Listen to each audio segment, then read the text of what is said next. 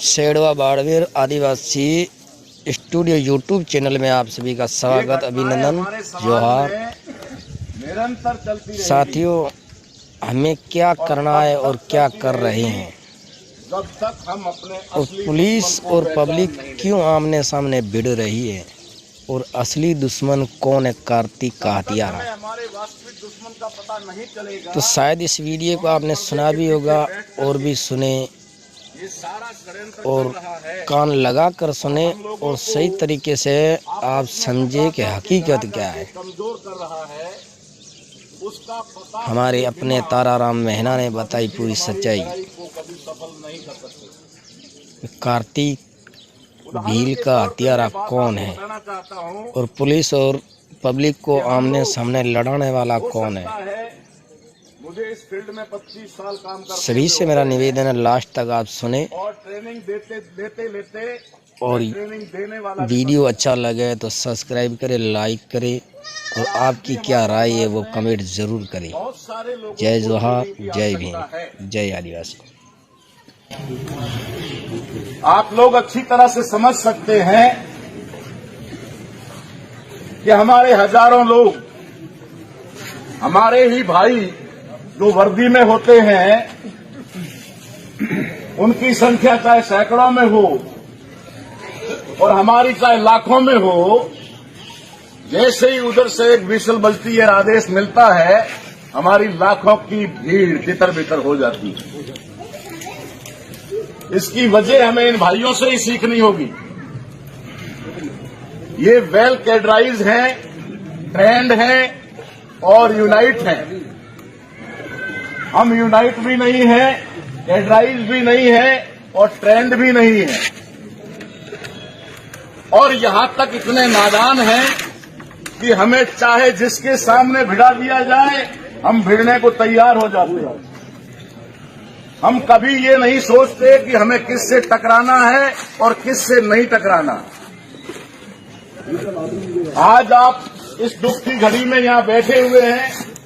मैं इस समय का सदुपयोग करते हुए आप लोगों को कुछ महत्वपूर्ण बातें बताना चाहता हूं, ताकि आपको इन आंदोलनों को सफल करने के लिए ज्यादा मशक्कत ना करनी पड़े।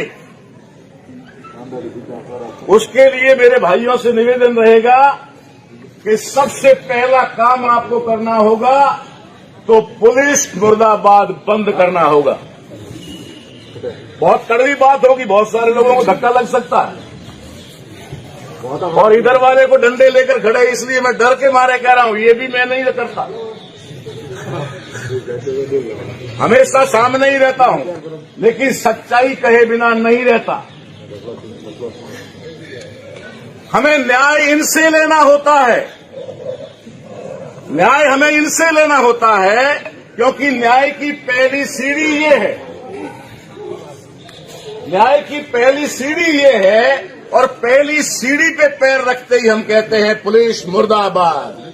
मिल गया न्याय, ले लिया, फिर ये डंडे ना उठाए और बख्तर ना पहने तो क्या करेंगे, फूल लेके आएंगे।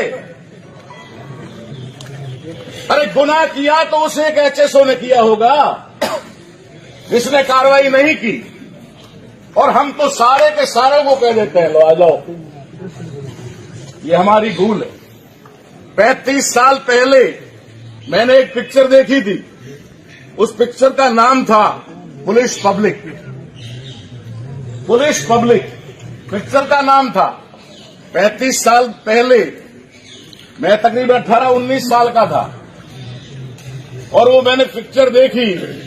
उस समय में सोचने लगा था कि ये पिक्चर बनाने वाले के पीछे उद्देश्य क्या है। लेकिन जो लोग उस समय उस फिल्मों की कहानियां लिखते थे, उन लोगों को ये पता था कि आगे चल करके हमें क्या करवाना है। पुलिस और पब्लिक को आमने सामने कर दो और हम सारे सुरक्षित। वो सारे सुरक्षित हैं, कोई सामने आने को तैयार नहीं, कोई तुम्हारी अर्जी लेने को तैयार नहीं, कोई तुम्हारी वार्ता करने को तैयार नहीं। इनको खड़ा कर दिया डंडे लेकर के। न इनका कोई कसूर है, न तुम्हारा कोई कसूर है।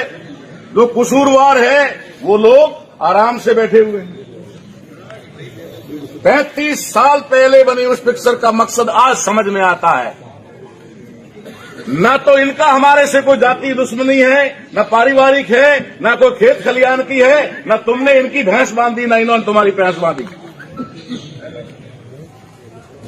उनका सुरक्षा कवच इसलिए है क्योंकि इनकी मजबूरी है। इनकी मजबूरी है कि इनको जब भी कोई पोस्टिंग करवानी होती है तो डिजायर लिखवानी पड़ती है। डिजायर इनकी कमजोरी है, ये मैं कह सकता हूं। दूसरी कोई कमजोरी नहीं है, इनके पास सारे पावर हैं, लेकिन एक डिजायर इनको सारा का सारा धराशायी कर देती है। क्योंकि जब तक एमएलए साहब डिजायर नहीं लिखेंगे तब तक पोस्टिंग अच्छे थाने में नहीं होगी, अच्छी जगह नहीं होगी। ये हमारी उनकी मजबूरी हो सकती है, लेकिन हमारी तो भाषा ही यहां से शुरू होती है। मैं आपको बताना चाहता हूं कि यहां खड़ा हर सिपाही से लेकर के अधिकारी आईपीएस तक वो अपनी योग्यता से बना है, पढ़ लिख करके अपनी काबिलियत से बना है। इस बात से हम इनकार नहीं कर सकते। लेकिन वो नालायक जो हमारे वोट से बनकर जाते हैं उनकी तरफ आपका ध्यान कर जाएगा। हम इनके ऊपर तो बहुत बड़ा बड़ा बात कर लेते हैं, बहुत सारी गालियां इनको दे देते हैं। इनको तनख्वाह भी आपके पैसे जेब से जाती है, ये बात पक्की है, लेकिन देने वाला हाथ आपका नहीं है। देने के लिए हाथ किसका है? जिसको तुमने अपने वोटों से चुनकर वहां भेजा।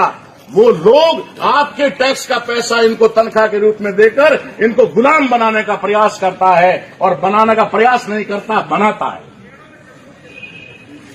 और अपने आदेश के अनुसार इनको नचाता है। हमें समझना होगा कि हमारा असली दुश्मन कौन है, हमें किस तरफ जाना चाहिए, हमें किससे लड़ना चाहिए। अभी मेरे भाई ने किसान आंदोलन का जिक्र किया। किसान आंदोलन में मैं लगातार वहां रहा, और किसान आंदोलन की सफलता का अगर श्रेय किसी बात को जाता है तो वो बात और राज आपके सामने खोलना चाहता हूं। किसान आंदोलन का मात्र एक नारा था, जय जवान जय किसान। एक ही नारा था, जय जवान जय किसान। जब जय जवान और जय किसान हो गया तो मोदी सरकार ने जब मिलिट्री के अफसरों से बात की और कहा कि मिलिट्री लाकर के किसानों के इन जो है आंदोलन को तहस नहस करो, तो पुलिस के मिलिट्री के अधिकारियों ने अपने अधीनस्थ अधिकारियों से बात की, और बात चलते चलते लास्ट में सैनिकों तक, सोल्जर तक गई, और उन्होंने कहा कि हम हमारे मामे ताए भूए भूपे की गोली नहीं चला सकते। हम 99% किसान के बेटे हैं और किसान की औलाद है, और वहां से खेतों से चल करके मिलिट्री में आए हैं। हम किसानों पे गोली नहीं चला सकते। उन्होंने अपनी सफलता जय जवान और जय किसान से कर दी, और हम खड़े होते ही मुर्दाबाद सबसे पहले पूछता करते हैं और सोचते हैं कि आंदोलन हमारा सफल हो जाएगा। कुछ सिर इनके रंगे जाएंगे, कुछ तुम्हारे रंगे जाएंगे, तहस नहस मामला हो जाएगा, और दुश्मन सैफ का सैफ रह जाएगा। ठीक है ना? न तुम्हें न्याय मिलेगा और न पहले कभी मिला है। बता दीजिए, मिला हो तो ठीक है। कुछ बातें होती है, पैसा माँ बाप नहीं होता। पैसा अभी जो एक्सीडेंट हुआ आपने सुना मालपुरा के अंदर, 3-3.5 करोड़ रुपया आ गया, और समाज के लोगों ने किया। अभी हमारे एक साथी ने कहा था कि इधर भीख मांगने से तो अच्छा है कि अपने अपने फोन पे से फटाफट बैठ करके 10 रुपए करो, अभी कार्तिक के खाते में करोड़ों रुपए हो जाएंगे। क्यों मांगे इनसे भीख? हम लोग अक्सर, मैं ये कहता हूं लोगों को कि हम लाश रख करके लाश की कीमत आंक देते हैं। यही हमारी कमजोरी है, यही हमारी बुजदिली है। अभी बात यहां चल रही है कि पोस्टमार्टम की। पोस्टमार्टम में मैं पहले कई बार कह चुका, उसके बाद कुछ लोगों ने ध्यान देना शुरू किया। हम लोगों को क्या किया जाता? हम लोग कोई भी अपने विवेक से काम नहीं करते। इधर से भी एक विचार अंदर घुसेगा, वही विचार सब में घूमता रहेगा। ये साइकोलॉजिकल है। मैं साइकोलॉजी का टीचर रहा हूं, इसलिए बता रहा हूं। एक विचार छोड़ दीजिए, वो सब में घूमता रहेगा और सबके माइंड को डाइवर्ट कर देगा। यही बात होती थी, लाश रखकर हम पोस्टमार्टम नहीं करवाएंगे। पोस्टमार्टम नहीं होता था, 3 दिन 4 दिन में लाश पूरी की पूरी सड़कें खराब हो जाती थी। उसके बाद ना तो डॉक्टर ध्यान देते थे, खाली फॉर्मेलिटीज करके रिपोर्ट दे देते थे। हमने ही खुद अपना सत्यानाश किया। ये हमने कहा कि पहले हमें सबसे पहले पोस्टमार्टम करवाना चाहिए, मांग करके विद इन ओवर 1 घंटे के अंदर अंदर पोस्टमार्टम होना चाहिए। पोस्टमार्टम होने के बाद हमें पता है ना, पोस्टमार्टम चाहे गुजरात में हो चाहे पोस्टमार्टम राजस्थान में हो, हमारे फेवर में नहीं होने वाला,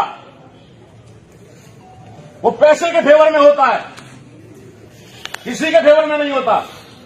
और इसका उदाहरण आपको बता देता हूं। भाई कार्तिक मुझसे 20 बार मिला, मैंने बहुत कुछ उसकी मदद कानूनी तौर पे करने की कोशिश की।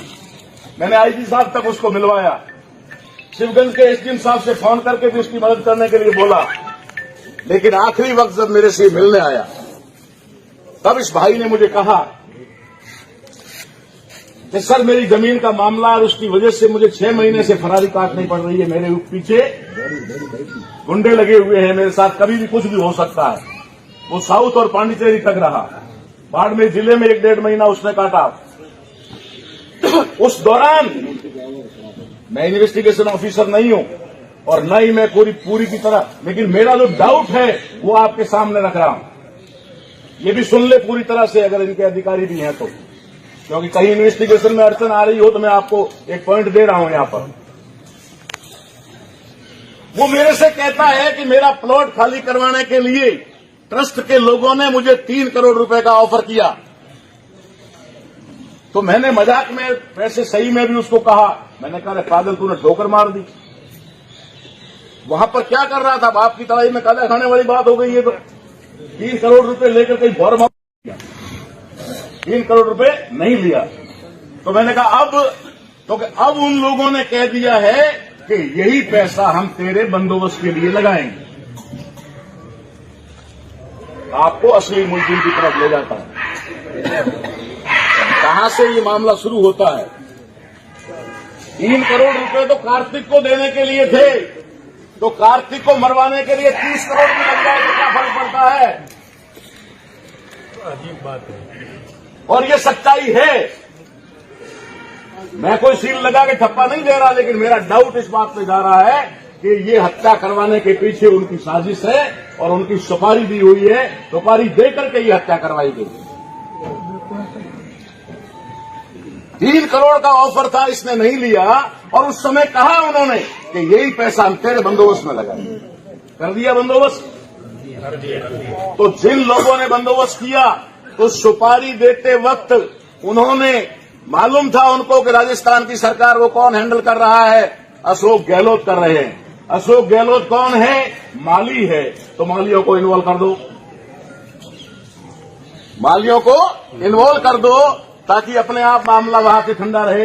वरना गहलोत साहब अभी भी वहां से कह सकते थे, मिस्टर फटाफट इनकी मांग पूरी कर और घर भेज, इनको रवाना कर। मामला घर में फंस गया, फंसा दिया।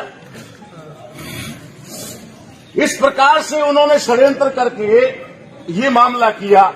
आप और हम सभी जानते हैं, जिस दिन उसके साथ मारपीट हुई, मारपीट वाले दिन जिस दिन उसको हॉस्पिटल में ले जाया गया, हॉस्पिटल में वो होश में बात कर रहा था। पैर हड्डी टूटी हुई हो सकती है, लेकिन कोई भी ऐसी गंभीर चोट नहीं थी कि जिसकी वजह से उसकी मौत हो जाए। ऐसा कोई कारण नहीं था।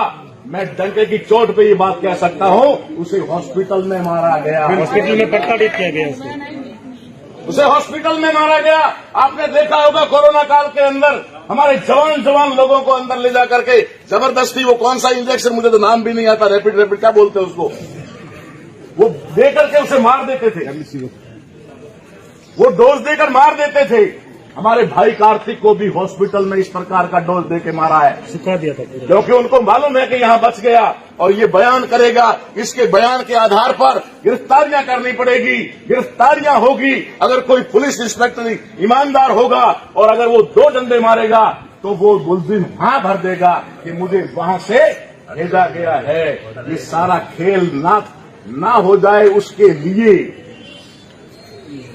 उसने मेरे सामने नाम लेकर के कहा था कि मेरे इस मैटर के अंदर संयम लोढ़ा, क्या नाम है उसका, पूरी तरह से इन्वॉल्व है। आज सहानुभूति करने के लिए कोई कह रहा था उसके घर पे गया। हाँ गया सहानुभूति यहाँ देना आकर के, तेरी औकात है तो पब्लिक में आके दे। लेकिन साथियों, गलतियां हम करते हैं और दोष किसी और को देते हैं। ये गलतियां हमारी है। मैंने कई बार ऐसे आंदोलनों में लोगों को कहा है, जब भी घटनाएं ऐसी होती है, कभी कलेक्ट्रेट में मत आओ, कभी एसपी के ऑफिस मत आओ, सीधे के सीधे पता करो कि एमएलए और एमपी का घर कहां है। हमने उसको वोट देकर काहे के लिए भेजा, बताओ। अगर जानकार हो संविधान के, अगर जानकार हो राजनीति के, तो बताओ हम एमएलए को वोट क्यों देते हैं। वो हम एमएलए को वोट देते हैं, हमारी सुरक्षा करेगा, हमारे अधिकारों की रक्षा करेगा, हमारा विपदाओं में समस्याओं में साथ देगा, इसके लिए करते हैं ना। वो हमारा वोट लेकर के और जाकर के अपने ऐशो आराम में लगता है, अपनी प्रॉपर्टी बनाने में लगता है। इन जैसे अधिकारियों की डिजायर लिखने के लिए 2-2 लाख, 5-5 लाख, 25-25 लाख रुपया ऐंठता है और आपके ऊपर थोप देता है कि अब जैसा मैं कहूं वैसा कर। वो विवश और मजबूर होकर के डिजायर से आने वाले अधिकारी आप पर कार्रवाई करते हैं और आपके हकों और अधिकारों के लिए कार्रवाई नहीं करते।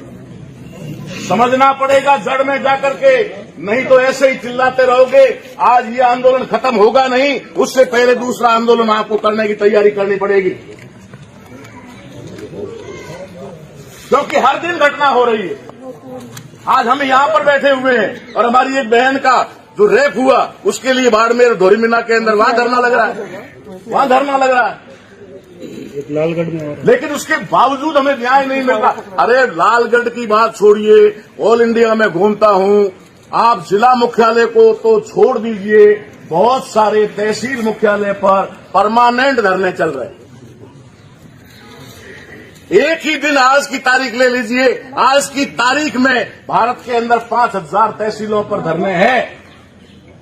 कोई सांकेतिक है, कोई अंशकालीन है, कोई क्या बोलते हैं उसको, हाँ, तो इस प्रकार से है, लेकिन वो है, चालू है और ज्ञापन तो शायद करोड़ों में दिए जाते हैं, करोड़ों में। और मुझे लगता है कि ये करोड़ों के कागज बिक जाते हैं, अरबों के कागज बिक जाते हैं। हमें लिखने और टाइप करवाने में कम से कम एक कागज पे 100 रुपया खर्च करना पड़ता है। अगर 1 करोड़ ज्ञापन अगर दिए जाते हैं, 100 रुपया होता तो 1 अरब रुपया हमारी जेबों से जाता है।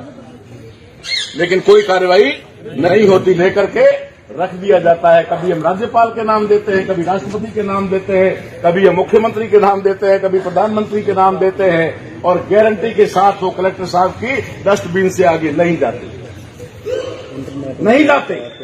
ये तो कुछ कुछ मुद्दे ऐसे होते हैं जो सोशल मीडिया पे उछल जाते हैं और फिर उनकी नाक में दम हो जाता है, तब कुछ करना पड़ता है, नहीं तो वो भी नहीं करते। इसलिए साथियों, लड़ाई लड़ने का हमारे पास तरीका होना चाहिए।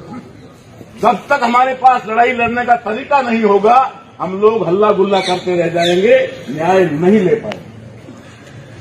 आप लोगों को इस देश के अंदर 2200 साल तक न्याय नहीं मिला। ये तो भारत का संविधान आ गया, जिसकी वजह से आपको कम से कम ये है कि न्याय करने का, मांगने का अधिकार तो, न्याय तो नहीं मिला, लेकिन न्याय मांगने का अधिकार मिला। ठीक है ना, अभी तक न्याय मांगने का अधिकार मिला है, न्याय नहीं मिला, और न्याय तो मिलने वाला भी नहीं। जिन लोगों को, आपके पुरखों को जानवर की स्थिति में पहुंचाने के लिए, बिना वस्त्र के रहने के लिए, तुम्हारे शरीर को तन के पत्तों से ढकने के लिए मजबूर और विवश किया, जिनको 2200 साल तक, 2300 साल तक आपके पुरखों की 100 पीढ़ियों पर दया नहीं आई, रहम नहीं आया, क्या आज उनके आपके ऊपर रहम आएगा? नहीं आएगा। और वो भी रहम ऐसों पे आएगा जो खड़े होकर के दहाड़ रहे हैं। इनका तो नाम हिट लिस्ट में है कि जैसे ही मौका मिलेगा ना, तो सबसे पहले नंबर इनका लगेगा। बड़ा जोर से कर रहा था, जय जय जय जय जय, आजा लाइन में। अधिकार न्याय छोड़िए, हमारे साथ आगे होने वाला क्या है उस पर देखिए। अगर इस लड़ाई को जीतना है तो हमें उन बदमाशों तक पहुंचना पड़ेगा। कांशीराम साहब कहते थे ना, कि लाठी के ऊपर लाठी मारो, क्या फर्क पड़ने वाला है? अगर लाठी मारना साला हाथ पे मारो, जिस हाथ में लाठी है अपने आप छूट जाएगी। हम लोग लाठी पे लाठी मार रहे हैं, लाठी जिस हाथ में है उस हाथ को नहीं मार रहे। लाठी जिस हाथ में है उस हाथ को लाठी मारो, अपने आप लाठी छूट जाएगी। एग्जाम्पल के तौर पर अभी हमारे भाई खड़े हैं, ठीक है ना, सारे संवैधानिक पोस्ट पर हैं, संवैधानिक की अधिकारों की वजह से यहां पर आए हैं। यहां के एसपी साहब हैं, हेड तो यहां के टाइगर जिनको कहा जाता है, जिले के मालिक। क्या एसपी साहब को पावर है कि वो इनको ऑर्डर दे दे कि जाओ लाठीचार्ज करो? नहीं है तो बताओ। नहीं है ना। एसपी साहब भी रिक्वेस्ट करेंगे कलेक्टर साहब से या फिर तैनात मजिस्ट्रेट से कि मुझे ऑर्डर दो, ठीक है ना। हम क्या कर रहे हैं? मुर्दाबाद मुर्दाबाद, क्या निकाल लोगे इनसे? ठीक है, तुम बोलो कि मुर्दाबाद, ये कहेंगे ले, बस राजी दोनों हो गए राजी। आदेश देने वाला कहां बैठा है? सुरक्षित, ठीक है, और वहां से तार जुड़े हुए ऊपर से, क्या करना क्या नहीं करना। तो जो आदेश देने वाला है अगर आदेश ना दे तो क्या इनका डंडा चलेगा? नहीं चलेगा, कभी नहीं चलेगा। और अभी अंदर से एक आदेश आ जाए कि सारा फोर्स वापस ले लो, कोई खड़ा रहेगा यहां? नहीं रहेगा ना। फिर क्यों यार पीछे पड़े हुए इनके? या फिर हमें भी किसी ने सिखा दिया है कि डंडे पे डंडा मारते रहो, डंडे पे डंडा मारते रहो, खड़ा के बलते रहेंगे, खड़ा के बलते रहेंगे और न्याय होगा नहीं। हमें सबको सावधान होकर लड़ना होगा। अगर हमारे ये भाई, अरे इनके भी बच्चे हैं यार, ये भी वर्दी में ड्यूटी के समय रहते हैं, उसके बाद सामाजिक लोग हैं, ये भी समाज में जाते हैं, ये भी रिश्तेदारी में जाते हैं, ये भी सारी बातचीत करते हैं, सारा व्यवहार आपकी तरह ये भी करते हैं।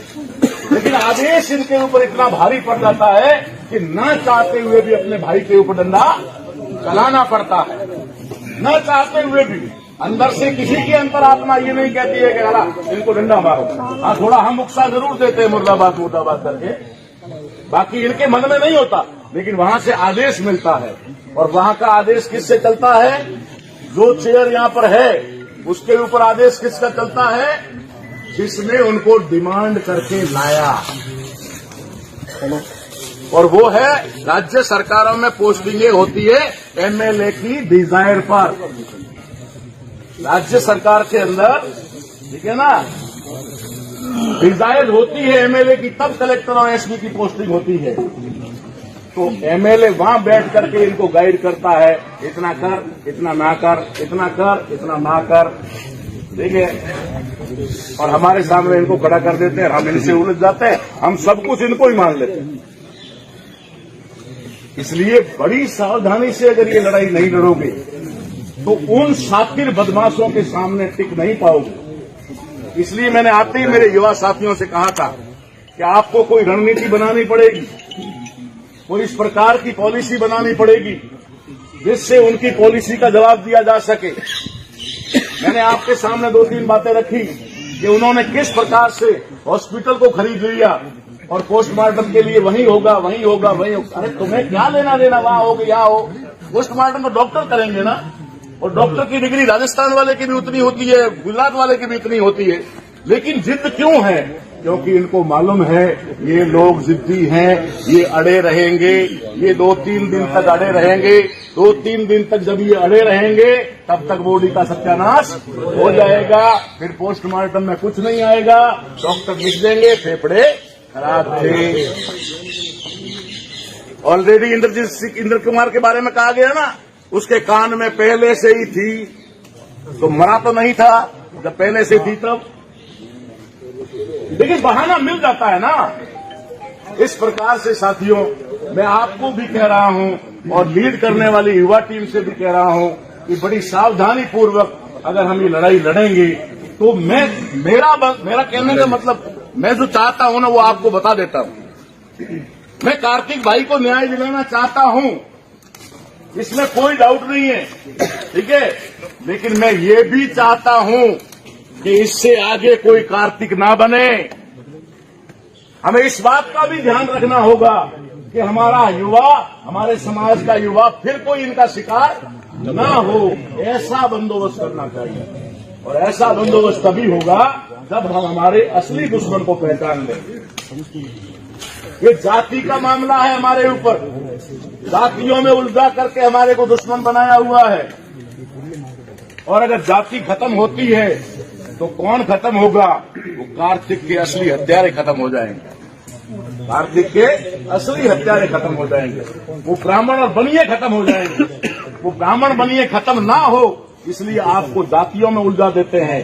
जातियों में आप इकट्ठा हो जाते हैं, कभी कभी इकट्ठा हो जाते हैं ओबीसी, एससी, एसटी, माइनॉरिटी, ऐसे करके हम सारे आ जाते हैं, तो फिर भिड़ा देते हैं इनसे। इसलिए बड़ी सावधानी से हमें लड़ाई लड़नी है साथियों, धैर्य पूर्वक लड़नी है। किसी भी प्रकार से, जैसा हमारे साथी ने कहा था, मारे डंडा कोई बात नहीं, हमारे भाई है ना, मारते हैं, क्या फर्क पड़ता है, मारने दो, ठीक है। लेकिन आपको किसी के ऊपर हाथ नहीं उठाना। अरे इतनी सारी मार खा ली, थोड़ी और खा लेंगे, अपने भाई की खा रहे हैं ना यार, अपने भाई की मार खा रहे हैं, कोई बात नहीं। और मैं गारंटी के साथ कहता हूं, ये डंडा भी नहीं चलाएंगे, कभी नहीं चलाएंगे, अगर हमने अपना रवैया बदल दिया तो। और हमारा रवैया वो रहा तो भैया एक बाप के दो बेटे होते हैं ना, वो भी लड़ जाते हैं, एक दूसरे का मर्डर कर देते हैं। तो ये भी हमारे भाई हैं। इधर से लाठी चलेगी तो हमारा सिर फूटेगा, इधर से पत्थर चलेगा तो उनका सिर फूटेगा। इसलिए हमें सावधानी, वो मजबूर है, वो आदेश की पालना करने के लिए मजबूर हो सकते हैं, लेकिन हम मजबूर नहीं है। हम मजबूर नहीं है, हम अपने में संयम रख सकते हैं, हम अपने आप पे कंट्रोल रख सकते हैं। हमारे एक भाई ने मौत को गले लगा लिया, 2 डंडे हम भी खा लेंगे, क्या फर्क पड़ेगा? 2 डंडे मारने के बाद तो उसको रहम आएगा ना, 2, 4, 8 उसके बाद तो रुकेगा कि नहीं रुकेगा? जब रुक जाएगा तभी से। लेकिन आपको पुलिस को सामने लेकर अगर ये लड़ाई जीत लो तो मैं भी तुम्हारे बीच में जिंदा हूं और तुम भी हो, कहीं न कहीं जरूर मिलेगी। पुलिस को सामने लेकर कभी लड़ाई जीती नहीं जा सकती। दुश्मन की सबसे बड़ी पॉलिसी है पुलिस पब्लिक को टकरा दो, ठीक है। ये जाने इनका काम जाने, मरते रहेंगे। इनमें भी हमारे एससी, एसटी, ओबीसी के ही है ना। और खास करके जब हमारा आंदोलन होता है ना, हमारा आंदोलन होता है तो एक भी सवर्ण को खड़ा नहीं करते इधर, सब हमारे एससी, एसटी, ओबीसी के लोगों को खड़ा कर देते हैं। इधर भी मरे तो हमारा, उधर भी मरे तो हमारा। इसलिए आपसे निवेदन करता हूं कि आप बड़ी सावधानी पूर्वक और थोड़ा जोश के साथ में होश रख करके इस लड़ाई को लड़ें। हम लोग आपको लीड करेंगे, हम गाइड करेंगे, जब जब समय होगा हम आपके साथ हैं, लेकिन कहीं पर भी अलग नहीं है। तो हम लोगों को ठीक है, मैं नजदीक में था और पहुंच गया, दूर होता तो मैं नहीं आ सकता, कई बार कई आंदोलनों में नहीं पहुंच पाया। इसका मतलब ये नहीं है कि हम उसमें साथ में नहीं है। ये सारी हमारी टीम है, हम लोग इनसे सारे सोशल मीडिया पे सबसे जुड़े हुए हैं, सारे लोग आपस में एक दूसरे से कनेक्टेड हैं। लेकिन आप लोगों का साथ सहयोग चाहिए, और साथ सहयोग चाहिए जैसा ये लोग आपको निर्देश देते हैं, जैसा आपको ये कहते हैं कि आपको संयम रखना है, बैठे रहना है, धैर्य रखना है। ठीक है, किसी की खास इमरजेंसी है तो वो आदमी जाके आ सकता है, अलग बात है, लेकिन ऐसे ही तमाशा देख करके वापस जाना ये हमारे लिए मूर्खता होगी, क्योंकि आज इनका नंबर है, कल हमारा नंबर है। अरे समाज में कोई लड़ने वाला ही नहीं था, कुछ लोग लड़ने वाले पैदा तो हुए हैं, ये भी बहुत बड़ी बात है। और ये भी लड़ते लड़ते ही मरा है, ऐसे ही नहीं लड़ा, मरा नहीं है वो। कोई नहीं मारता किसी को जिसने गुलामी स्वीकार कर ली हो, जिसने गुलामी स्वीकार कर ली हो, जूतों में बैठकर खाना खाना स्वीकार कर लिया हो, जिन्होंने ऐसे करके पानी पीना स्वीकार कर लिया हो, कोई नहीं मारता उसको। मारता उसी को है जो मोट के ताव लगाता है। मारा वही जाता है जो शान से घोड़ी पे चढ़ता है। मारा वही जाता है जो शान से अपने समाज को जगाने का काम करता है। तो ये कोई मृत्यु नहीं है, ये कोई हत्या नहीं है, ये एक शहादत है। ये शहादत है, ये हमारा भाई हमारे समाज के लिए तो शहीद है, हमारे समाज का शहीद है, सामाजिक शहीद है। हमें इससे प्रेरणा लेनी होगी। धन्यवाद। इस आदमी के 3 करोड़ में नहीं बिका, वीडियो सुना, ये आदमी मौत से नहीं डरा, आखिर लड़ते लड़ते मर गया। इन हम बातों लोगों का को भी पालन कम जरूर से कम जो करेंगे लड़ रहे हैं उनका साथ और सहयोग धरने को देना सफल चाहिए, जरूर बनाएंगे। उनकी मदद करनी चाहिए, उनके पुनः साथ एक खड़े बार आप रहना सभी चाहिए। को जोहार आप ऐसा करेंगे, और इस चैनल ऐसी को उम्मीद और आशा सब्सक्राइब के करें साथ और मैं बेल अपनी आइकन बात को को जरूर समाप्त करता दबाएं हूँ। ताकि आपके धन्यवाद, पास हर जय खबर जोहार, पहुंचती रहे। जय भीम, जय संविधान।